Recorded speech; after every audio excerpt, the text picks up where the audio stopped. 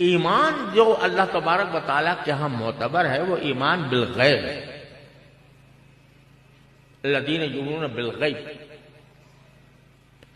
ایمان بالشہود، ایمان بالشہادہ، یہ اللہ تعالیٰ کیا معتبر نہیں ہے. جب آنکھوں سے نظر آ جائے عذاب اللہ کا تو پھر ایمان معتبر نہیں ہوتا. ایمان وہی معتبر ہے جو ایمان بالغیب ہو. آنکھوں سے دیکھ کر کوئی ایمان لے آئے تو وہ معتبر ایمان نہیں ہے، ایمان بالغیب. تو سوال یہ پیدا ہوتا ہے کہ انبیاء کرام کو تو ایمان بالشہود ہوتا ہے، ان کے پاس فرشتہ آتا ہے، وہ وحی نازل کرتا ہے، ان کو جنت و جہنم کی سیر کرائی جاتی ہے، ان کو اللہ تبارک بعض اوقات اللہ تبارک و تعالیٰ ان سے ہم کلام ہوتا ہے. تو ان کا جو ایمان ہے وہ ایمان بالغیب تو نہ ہوا، وہ تو ایمان بالشہود ہوگا. تو در حقیقت یہ سوال بعض اوقات پیدا ہوتا ہے، لیکن اس کا جواب یہ ہے کہ اس کائنات میں سب سے زیادہ مضبوط اور پختہ ایمان بالغیب انبیاء کرام ہی کا ہوتا ہے. کیوں؟ اس لیے کہ ایمان ان کا وحی کے نازل ہونے کے بعد نہیں ہوتا. وحی نازل ہونے سے 40 سال پہلے تک بھی وہ ان کا ایمان مکمل ہوتا ہے توحید کے اوپر، اللہ کی وحدانیت پر، اللہ کی صفات پر، اللہ تعالی کی صفات جلال و کمال پر، ہر چیز پر ان کا ایمان ہوتا ہے شروع سے. ایسی حالت میں ہوتا ہے کہ کوئی بتانے والا نہیں.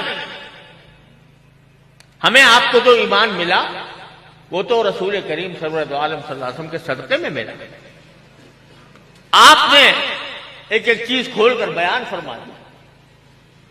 لیکن جب پیغمبر پیدا ہوتا ہے ایک ایسے معاشرے میں جہاں کفر و شرک کا بسیرا ہے، جہاں کوئی توحید کے جاننے والا ماننے والا نہیں، لیکن وہ روز اول سے اللہ کی وحدانیت پر ایمان رکھتے ہیں بالغیب. ایسا بالغیب کہ جس سے بڑا بالغیب کسی اور کا نہیں ہو سکتا.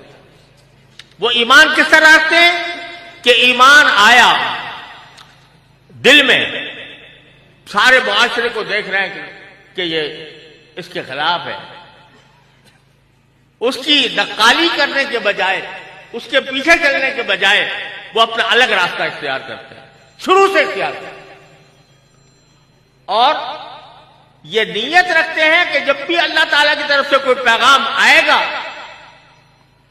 پچھلے انبیاء کے ذریعے یا کسی آنے والے نبی کے ذریعے، میں اس کو مانوں گا، جو معاشرے میں جو کچھ ہو رہا ہے اس کو نہیں مانوں گا. تو اس کے بعد اس حالت میں جو ایمان لایا جا رہا ہے وہ ہمارے آپ کے ایمان بالغیب سے کہیں زیادہ اعلیٰ و افضل ہے، اور وہ ان کی حسن نیت کی بنیاد پر.